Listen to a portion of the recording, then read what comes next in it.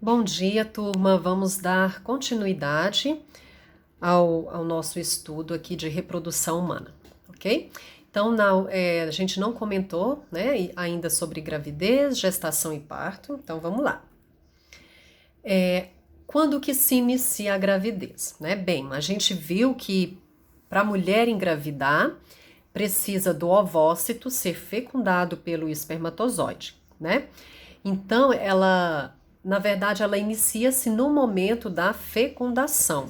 E a gravidez, ela termina quando a mulher dá à luz, ok? Então, como eu falei para vocês, quando o óvulo, né, o ovócito, ele é fecundado pelo espermatozoide, forma-se o zigoto, ou célula-ovo. E aí essa célulazinha ela vai passar por diversas divisões celulares e vai formar o embrião. E a gravidez ela tem duração de aproximadamente 38 semanas. Tá? Esse é um valor aproximado, tem mulheres que chegam até a 40ª semana, tá? Então esse é um valor, uma média. E o primeiro sinal da gravidez é a ausência da menstruação, porque a menstruação, como eu expliquei para vocês, é a descamação do endométrio, que é aquela camada que reveste o útero. Quando o embriãozinho ele fixa no útero, o endométrio ele serve para nutrir esse embriãozinho. Então ele não é eliminado. Então a mulher ela não menstrua. E aí, olha, o atraso no ciclo menstrual também, né, galera, nem sempre indica gravidez. Às vezes a menstruação ela atrasa por questões hormonais, até mesmo por questões emocionais, né? O fato, né, da gente, às vezes, o fato da gente ser muito ansiosa, de você se preocupar excessivamente com algumas coisas, isso também afeta a nossa fisiologia. Então, às vezes, né, devido a isso, pode também provocar o atraso na menstruação. Para a mulher ter 100% de certeza que está grávida, né, ela pode fazer alguns exames. Tem o exame de urina, que é comprado na farmácia, ele não é 100% confiável, né? Mas já tem uma margem muito boa aí de, de certificação. Então, como que é esse exame da urina, né? A mulher vai fazer a urina no recipiente, ela vai mergulhar, então, o teste da farmácia, né? Que vai mergulhar esse teste na urina. E aí, quando tem somente um tracinho, né? Apareceu só um tracinho, é negativo, tá? E aí, quando aparece dois tracinhos, ou, né, dois tracinhos bem fortes, ou um mais forte e o outro, né, um pouquinho mais fraco, ou até mesmo quando um é forte e o outro ainda bem clarinho, tem chances de ser positivo, né? Ou seja, tem chance da mulher estar grávida. Agora, o exame para você ter 100% de certeza o melhor é fazer o exame de sangue, tá? Chama beta-HCG, é por causa do o HCG é a sigla aí de um hormônio que a mulher gestante começa a produzir. Inclusive ele já é produzido, né, pela placenta que se forma aí quando a mulher está gestante. Então esse sim, ele é 100% confiável, tá? E quando o exame ele dá positivo, né? Surge, né, muita preocupação se não é uma gravidez esperada, né, gente? E aí vamos ver então o que acontece com o embriãozinho. E, portanto, vai formar, depois que o ovócito ele é fecundado, ele vai se transformar em embrião, devido às divisões celulares, e aí vai começar a formar os anexos embrionários. Então, esses anexos embrionários, como o nome diz, ele é um anexo, ele vai aí, né, assessorar o desenvolvimento do embrião. E esses anexos eles são formados na fase inicial do desenvolvimento do embrião, são encarregados de proteger e nutrir o feto, que são aí as principais estruturas: saco amniótico, tá? Ou bolsa amniótica, que é como a gente já comentou em reprodução lá, quando a gente estudou reprodução dos animais, né? Tem a existência de uma bolsa cheia de líquido, na qual o embrião o feto se desenvolve. E também formação da placenta. Então, o saco amniótico, né? Ele é essa bolsa cheia de líquido onde o feto fica mergulhado. A função hidratação, regulação da temperatura corporal e proteção do feto, porque ele amortece contra choques físicos e pressões da barriga da mãe. Então, olha só, aqui a gente visualiza, né, galera? Esse saco aqui, essa bolsa cheia de água. Aqui é o cordão umbilical e aqui é a placenta, tá? Vemos esses anexos embrionários aí. A placenta ela é uma estrutura que comunica o feto com a mãe, leva alimento, gás oxigênio e outros nutrientes e recebe as excretas e o gás carbônico do feto. E ela está unida, né, ao feto por meio do cordão umbilical. Novamente aqui, olha, aqui a gente visualiza a placenta. Então, olha só, galera, nos primeiros meses de gestação, o embrião ele aumenta de tamanho e de peso. Olha como ele é ainda pequenininho ali depois de uns 7 dias, né, da fecundação. Ele tem 4 centímetros e tem aproximadamente de 5 a 9 gramas. Então, olha, nos primeiros meses aí, os olhinhos já começam a ser formados, o coração começa a funcionar, braços e pernas começam a ser definidos, assim como o sistema nervoso. E aí, no final do período embrionário, ele já adquire uma forma humana e passa a ser chamado de feto. Então, o embriãozinho, ele é considerado feto quando ele já tem a forma humana, quando você já identifica as partes do corpinho dele. Terceiro ao 9º mês de gestação, então a gente tem aí o desenvolvimento fetal, ok? No fim do 3º mês, o sexo já está definido. E o coraçãozinho, gente, do bebê, né, ainda na fase embrionária, você já consegue ouvir o coração, tá? Do futuro bebezinho. Tá? Com 1 mês, então, ele já tem o coraçãozinho formado e você já consegue ouvir o batimento. No fim do 3º mês, o sexo já está definido, né? Eu tinha falado. Todos os órgãos já estão formados no 5º mês de gestação. Então, no 5º mês, ainda é muito pequenininho o feto, mas ele já está tudo formado. Só precisa depois desenvolver melhor, aumentar o seu tamanho, né? Dos órgãos aí. No fim do 6º mês, o bebê consegue abrir e fechar os olhos. E aí, nessa reta final, né, pegando ali o 8º e o 9º mês, galera, que é considerado aí os períodos finais, o bebezinho, né, ele cresce bastante e tem um grande ganho de peso, tá? Então, é normal, né, a barriga da mãe pode até ficar pequena aí até o 6º mês, o 7º, mas nos últimos 2 cresce bastante, porque é uma fase também que o feto está em constante crescimento e também ganho de peso. E no fim do 9º mês, o feto já está pronto para deixar o útero da mãe. Essa daqui é a média, né, galera? Então, no 9º mês, olha, o bebê ele tem de 45 a 50 centímetros de comprimento e pesa aproximadamente 3 quilogramas. Aqui a gente consegue ver, olha só, isso aqui é o embriãozinho, com 8 semanas, né? 2 meses de vida, e aqui, olha, já com 12 semanas, 3 meses, e aqui à medida que ele vai se desenvolvendo. Então, olha só, galera, é muito comum, né, as mulheres que estão gestantes, no começo aí da gestação, ter azia, vômito, náuseas, e isso, galera, é por causa das taxas de hormônios, né, que agora o corpo dela está produzindo. E vários hormônios que antes não produzia, agora estão sendo produzidos. Então, essa bomba de hormônios que o corpo da mulher está sujeita pode causar, tá? Azia, vômito, náuseas. Normalmente, depois do 4º mês, já passa essa fase chata, porque o corpo dela agora já se acostumou com a presença desses hormônios. O útero ele chega a aumentar, né, 10 vezes o seu tamanho durante a gestação.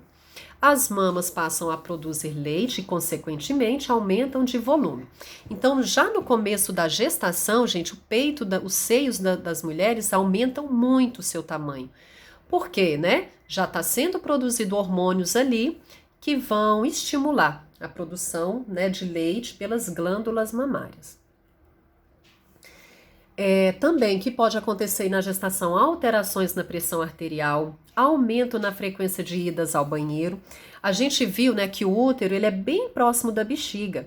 Então o útero, quando ele tá muito, o bebezinho já tá muito grande, aí comprime a bexiga, diminuindo o tamanho da bexiga. Então a mulher gestante toda hora sente vontade de ir ao banheiro, porque a bexiga dela agora consegue armazenar pouco volume de urina, tá?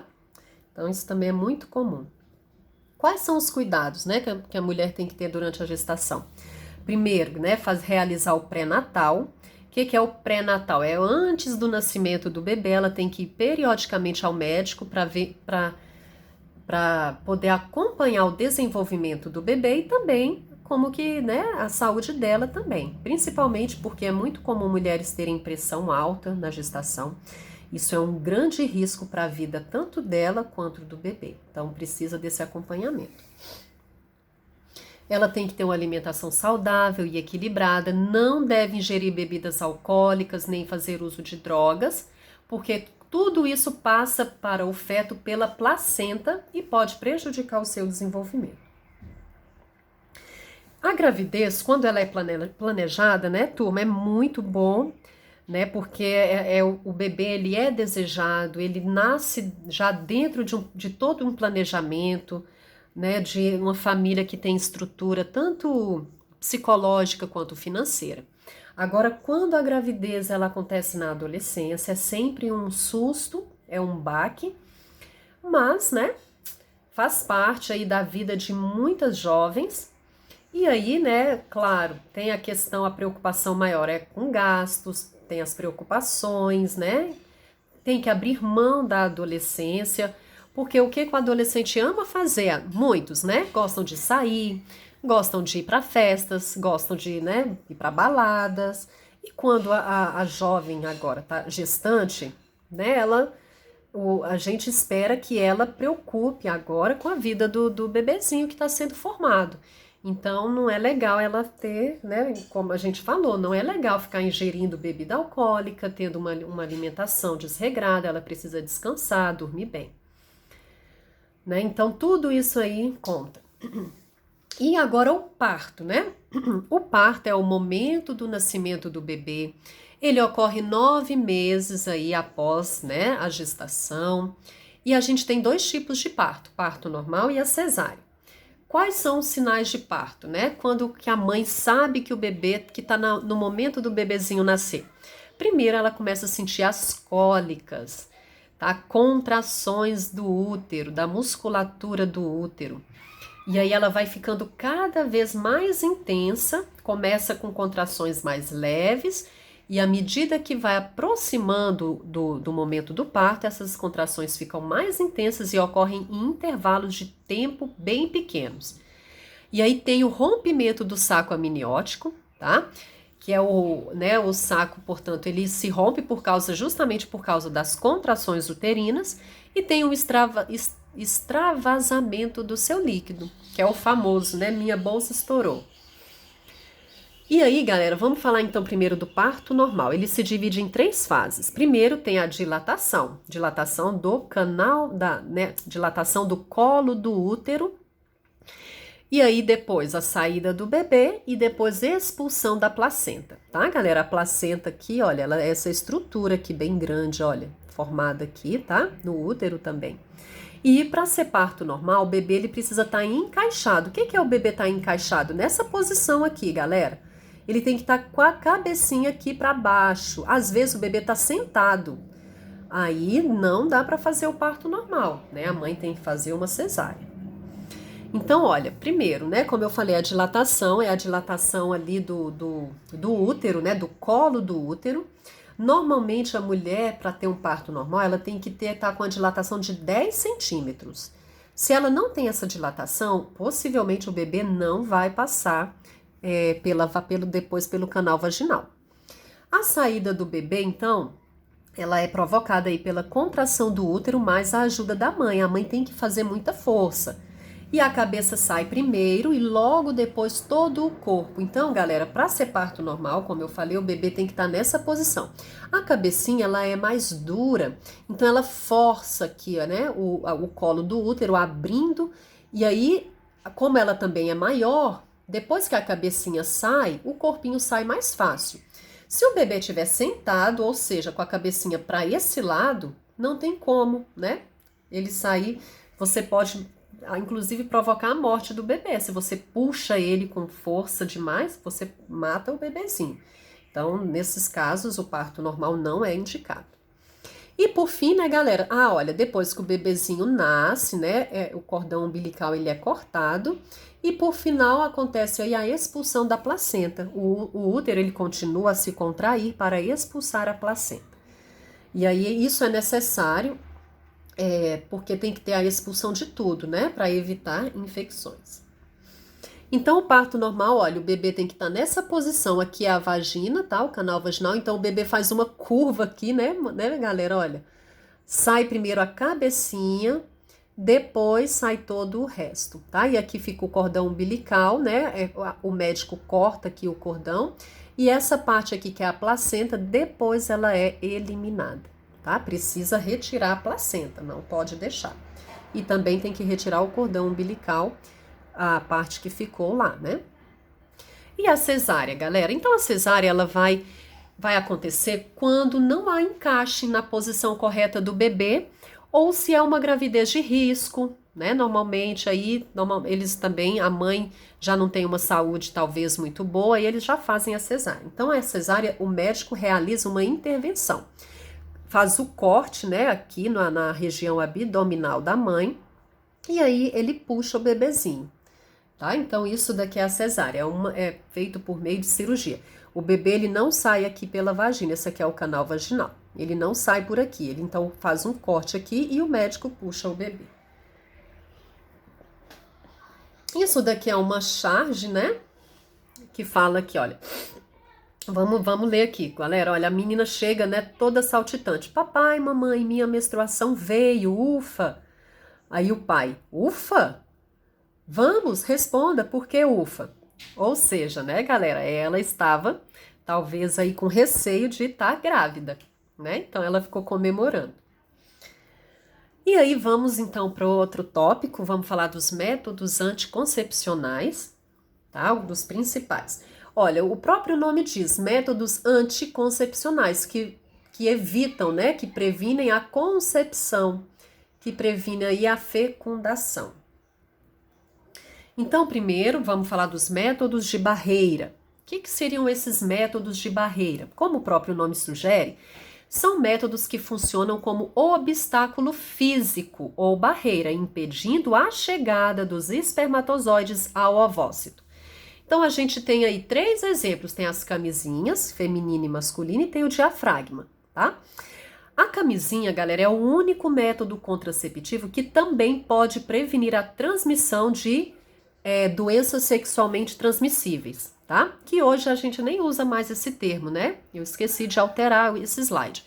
Hoje a gente já fala em infecções sexualmente transmissíveis, IST, ok? Depois eu vou explicar por que foi mudar, por que alterou esse nome. A camisinha masculina, geralmente feita de látex, deve ser colocada com o pênis já ereto, né? Então o homem, quando vai usar a camisinha, ele tem que aguardar a ereção para ele botar a camisinha. Se ele colocar a camisinha com o pênis, né, sem estar ereto, ela não vai ficar bem colocada e ela pode depois furar, ela pode sair, né? E aí não vai atingir o objetivo. Então essa é a camisinha masculina ou preservativo, né? Masculino. Então, olha, como que deve ser colocado? Primeiro, né, tem que pressionar a ponta da camisinha retirando o ar, né? Ainda sem desenrolar a camisinha. Então você pressiona aqui com o dedo para tirar todo o ar. Aí você coloca aqui na glande, né, na cabeça do pênis e começa a puxar para baixo, né? E aí até cobrir todo o pênis. Então, galera, tem que o homem que for fazer uso, né, da camisinha tem que certificar de que ela foi bem colocada, porque se ela tiver ar dentro, olha assim, ó, ela pode estourar, né, durante o ato sexual. Então, ele tem que tirar todo o ar dentro dela. E aí, se ela tá bem colocada, a chance dela estourar é bem pequena, ó, 3%. Se for mal colocada, a chance sobe para 5%. Então, pênis tem que estar ereto, tá? Para colocar a camisinha. Essa daqui é a camisinha feminina. Também existe camisinha feminina. Ela é maior e como que ela é colocada. Então, olha, a camisinha, ela tem aqui essa parte mais estreita, é a parte que a mulher ela tem que introduzir dentro do canal vaginal, tá, galera? A vagina, ela é um tubo, ela é um canal. Então, olha, pode ser em pé, sentada ou de joelhos, tá? Agachada ou deitada. Então, você aperta o anel interno com o polegar e o indicador, formando um 8 e introduza na vagina. Dessa maneira. Tem que empurrar a camisinha o mais fundo possível, tá? Ao longo desse canal vaginal, ao longo desse tubo vaginal.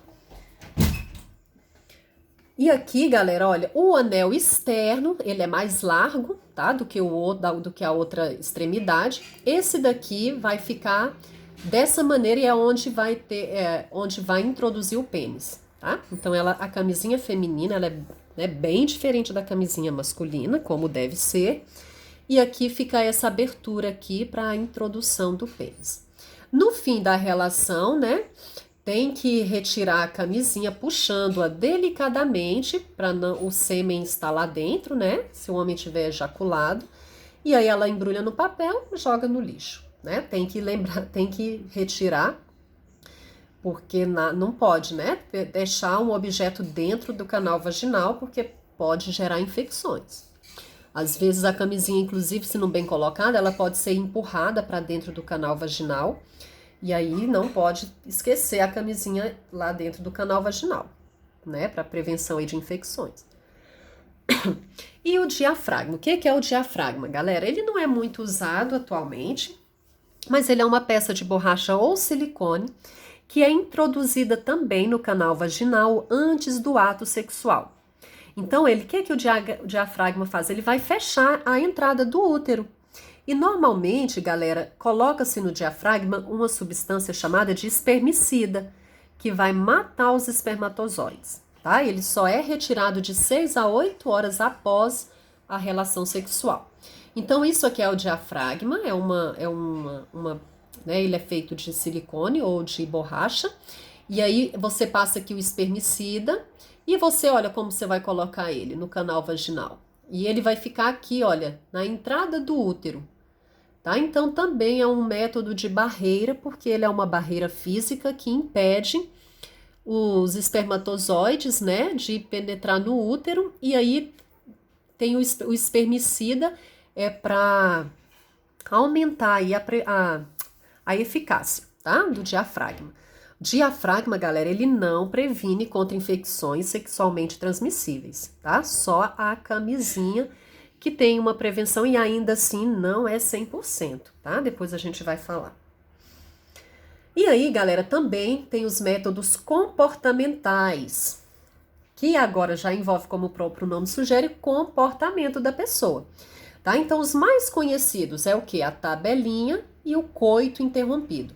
A tabelinha é o método de abstinência periódica, consiste em evitar relações sexuais durante o período fértil da mulher, ou seja, nos dias próximos à ovulação. Então a gente estudou lá o ciclo menstrual e a gente viu que normalmente a mulher ela ovula na metade do seu ciclo, tá? Então se o ciclo é de 28 dias, ela vai ovular ali por volta do 14º. Normalmente, uns 3 dias antes do dia 14 e 4 dias depois, ainda é o período fértil, tá? Então, a mulher, ela não pode ter relação sexual nesse período. Ela tem que ter uma abstinência sexual. E aí, isso também é um método comportamental, porque a mulher, ela tem que controlar isso, tá? E aí, galera, a tabelinha, ela não é um método eficaz, tá? Porque nem toda mulher tem um ciclo certinho, né? E às vezes, né, para aquela mulher que já conhece muito bem o seu corpo, que sabe, né, quando ela ovula, conhece bem a secreção vaginal que sai, mede bem a sua temperatura, sabe direitinho, ela talvez pode até funcionar. Mas tem mulheres que às vezes não conseguem, né, identificar esses detalhes no seu corpo. Então a tabelinha, ela pode, né, não ser eficaz e a mulher pode engravidar usando esse método por causa aí que às vezes a pessoa tem um ciclo desregular, ela também né, não monitora ali o seu ciclo direitinho. Então, esse método não é muito eficaz, tá? Porque os ciclos menstruais podem, né, apresentar irregularidades. Então é isso, tá, galera? Tabelinha. Tabelinha, então, a mulher evita de ter relações sexuais no seu período fértil. E o que é o... Ah, tá, figurinha aqui, né?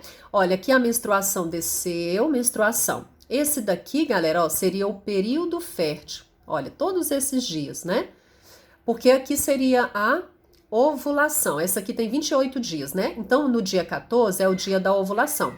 Então, 5 dias antes e 5 dias depois, possivelmente ela pode estar fértil, né? Então, olha aqui, sobraria esses dias aqui que estão em branco, que seria o período infértil, que ela poderia ter relações sexuais, tá? Mas ainda assim, como eu falei, não é muito eficaz, porque nem toda mulher tem um ciclo bem regular.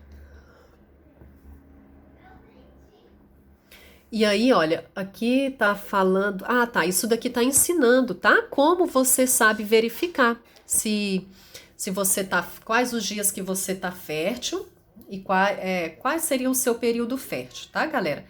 Então, olha, se você não tem um ciclo muito regular, né? Às vezes o seu ciclo varia. Você tem, vamos supor, que em um mês seu ciclo durou 27 dias, no outro 30. Aí você pode ter esse cálculozinho aí que ajuda você descobrir o seu período fértil. Como que é? Então você vai pegar o seu ciclo menor, no caso aí 27 dias, e vai subtrair dele o número 18, ok? E aí depois você vai pegar o ciclo aqui que teve mais dias, o de 30 dias, e vai subtrair do número 11, tá?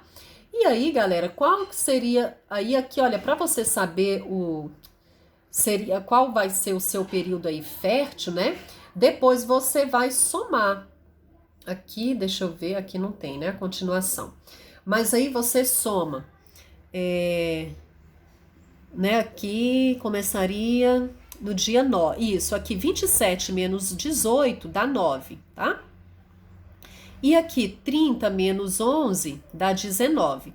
Então, aí você vai pegar aqui, né? 19 menos 9, que daria 10. E aí, você conseguiria calcular aí no seu dia fértil.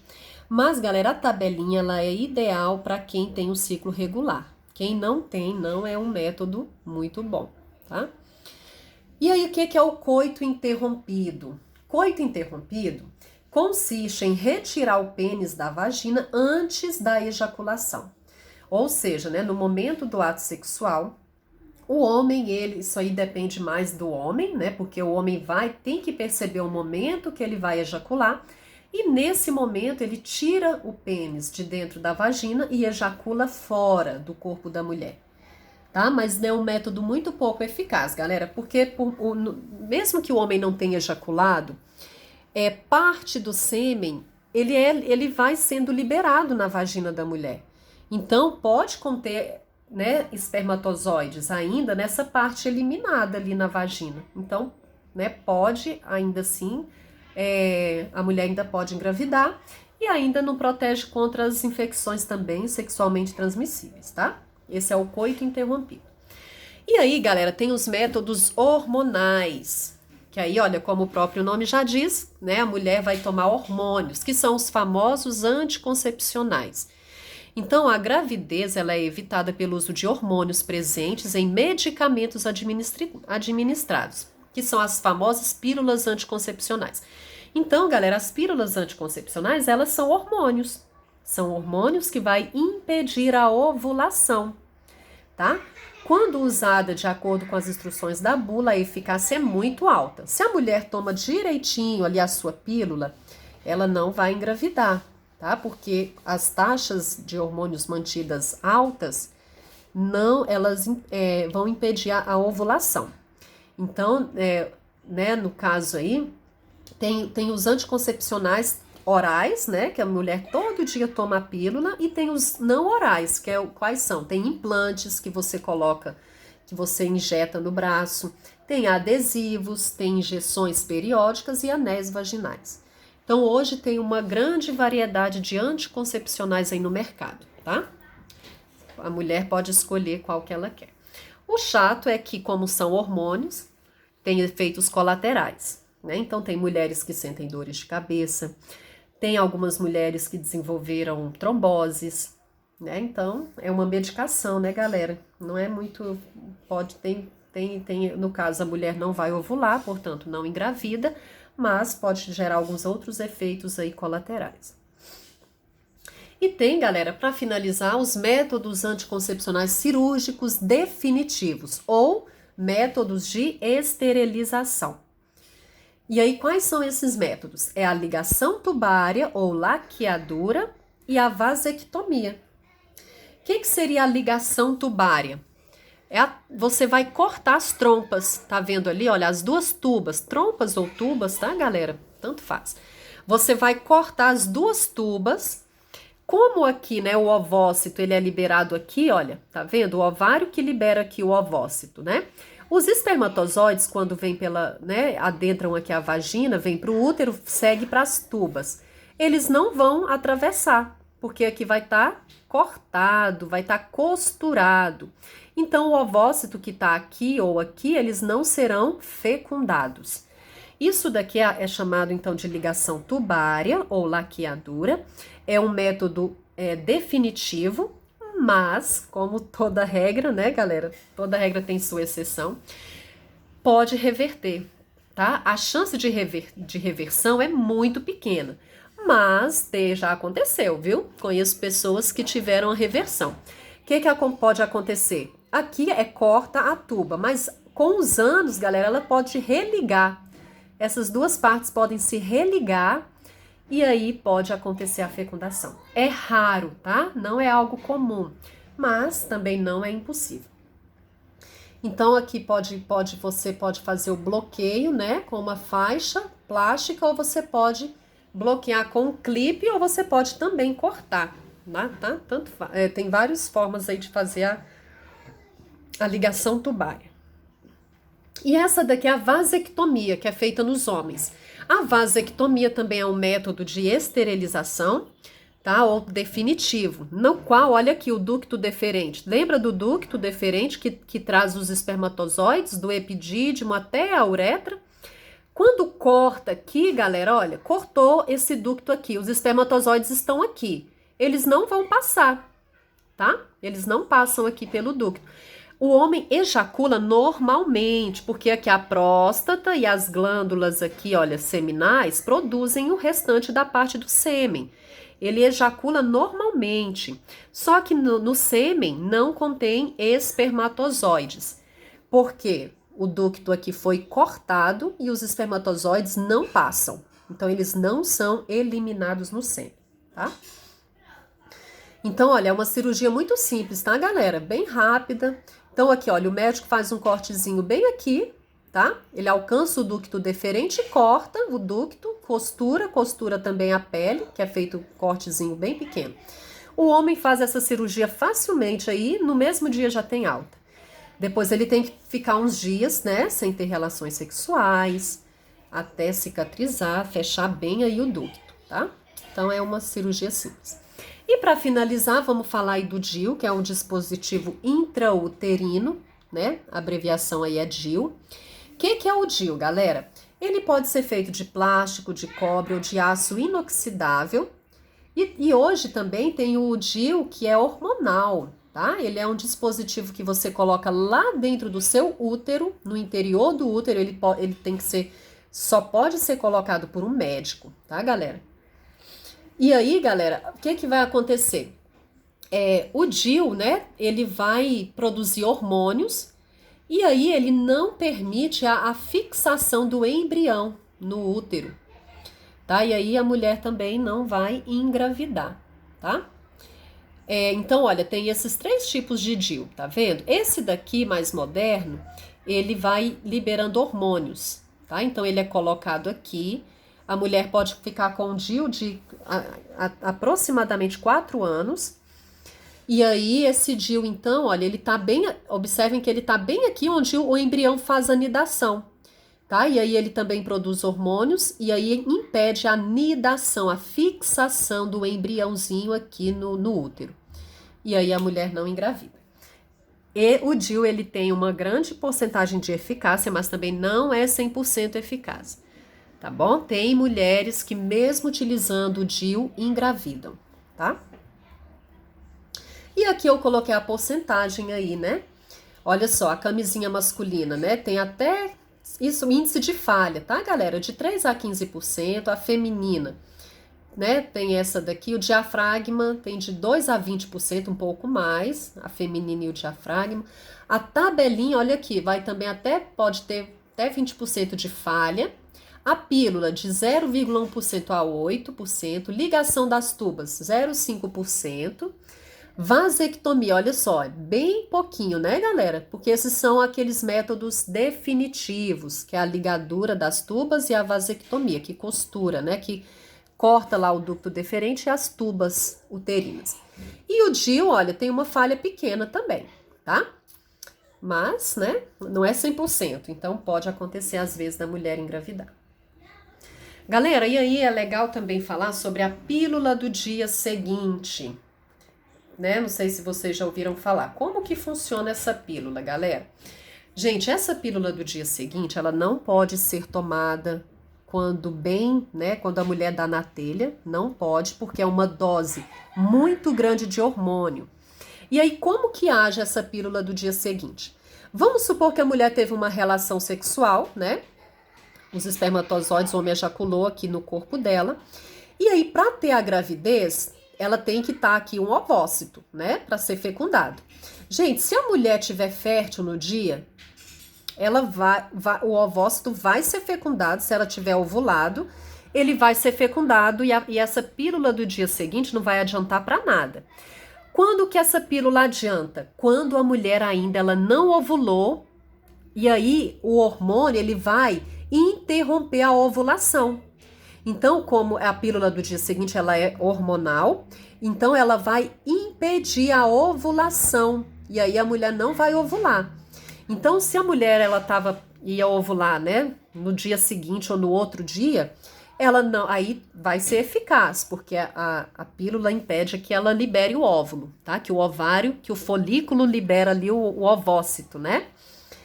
Beleza? Mas, galera, se ela já tiver ovulado e o óvulo for fecundado, a pílula do dia seguinte não vai adiantar nada, tá? Ela só adianta caso a mulher não tenha ovulado, aí ela vai postergar essa ovulação, ela vai ou até impedir a ovulação, tá joia?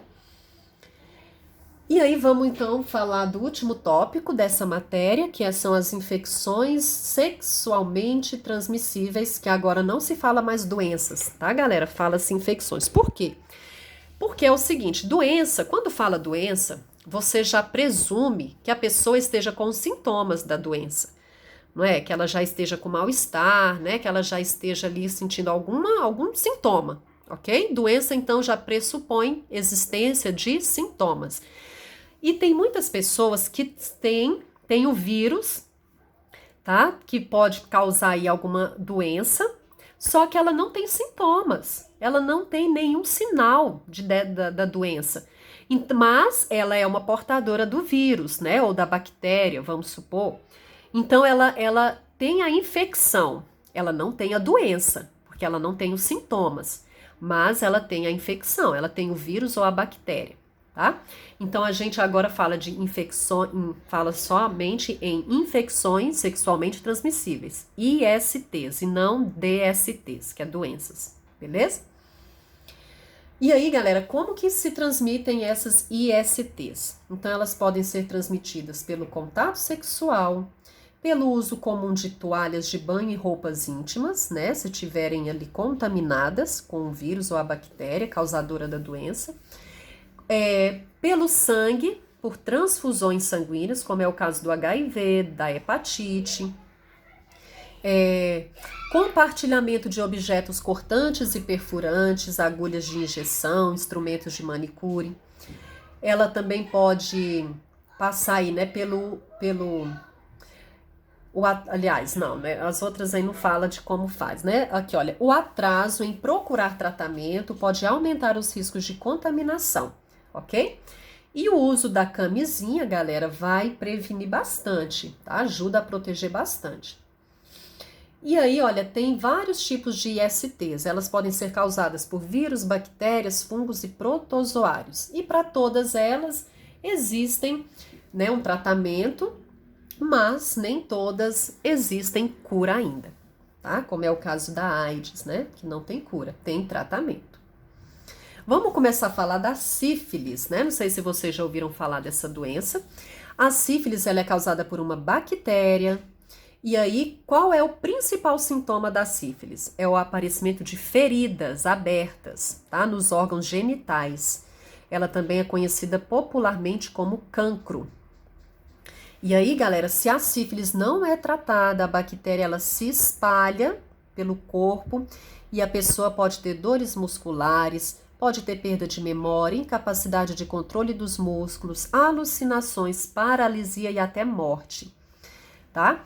E ela pode ser transmitida pelo ato sexual, transfusão de sangue e como a bactéria atravessa a placenta, ela pode passar da mãe para o feto durante a gestação. Então, qual é a forma de prevenção? Uso de preservativo e também controle aí de medidas de transfusões de sangue pré-natal, tá? Olha como fica, galera. Olha aqui, né? Aqui a ferida aberta, que é um pênis, né? Aqui, olha, ferida aberta aqui próximo à vagina, né? Próximo à genitália aqui, feminina. E essa aqui espalhou para o corpo, né, galera? Olha, já tá lá na mão da pessoa, se espalhou. Gente, a gonorreia. A gonorreia também é uma doença bacteriana. Qual é o principal sintoma? Dor, no caso dos homens, é dor ao urinar. E aí tem a presença também, olha, de um pus amarelado saindo pela uretra. Né? Então, na urina, o homem pode perceber isso, ou até mesmo na roupa íntima, percebe esse pus amarelado. As mulheres aqui também pode também ter corrimento vaginal com pus, por isso que é importante sempre observar, né? E aí, galera, nas mulheres, olha, essa infecção pode atingir os úteros e as tubas uterinas, causando a esterilidade. Tá? Então, ela pode ser transmitida no ato sexual, mas também da mãe para o feto. Inclusive, olha só, durante o parto, se o parto for normal, se os olhinhos do bebê entram em contato com esse pus aqui, cheio de bactéria, pode causar cegueira no bebê. Tá? Então, essa é a gonorreia.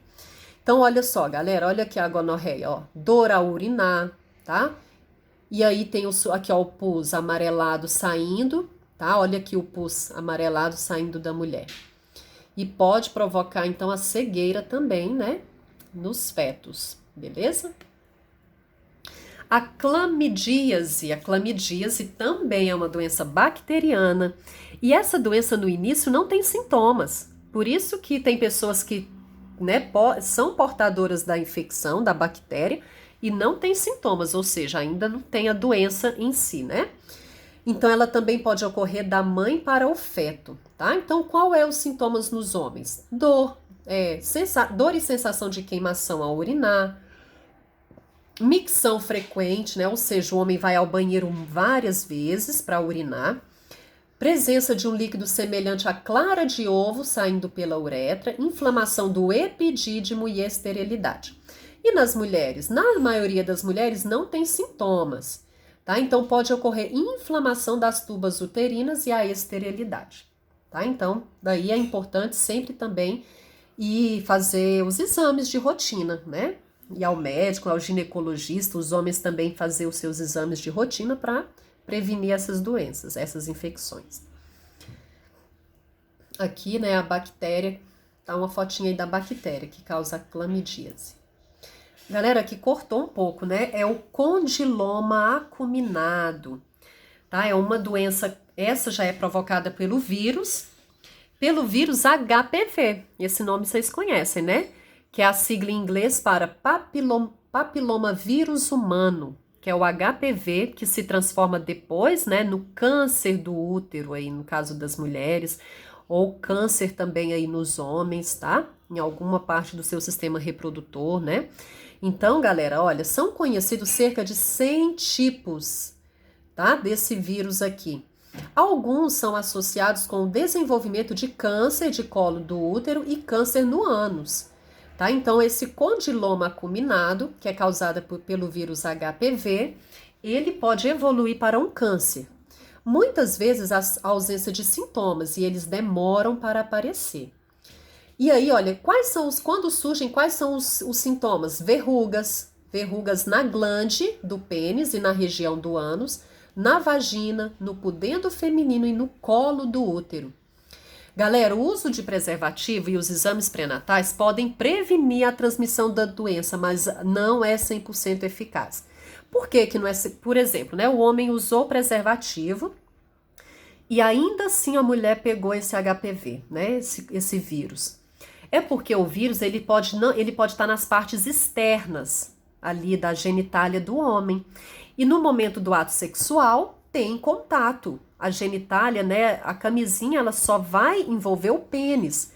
Mas os testículos, a parte ali dos pelos pubianos estão expostos e o vírus pode estar nessas partes. Então, ainda assim, a mulher pode contrair esse vírus, tá? Mesmo usando a camisinha, porque a camisinha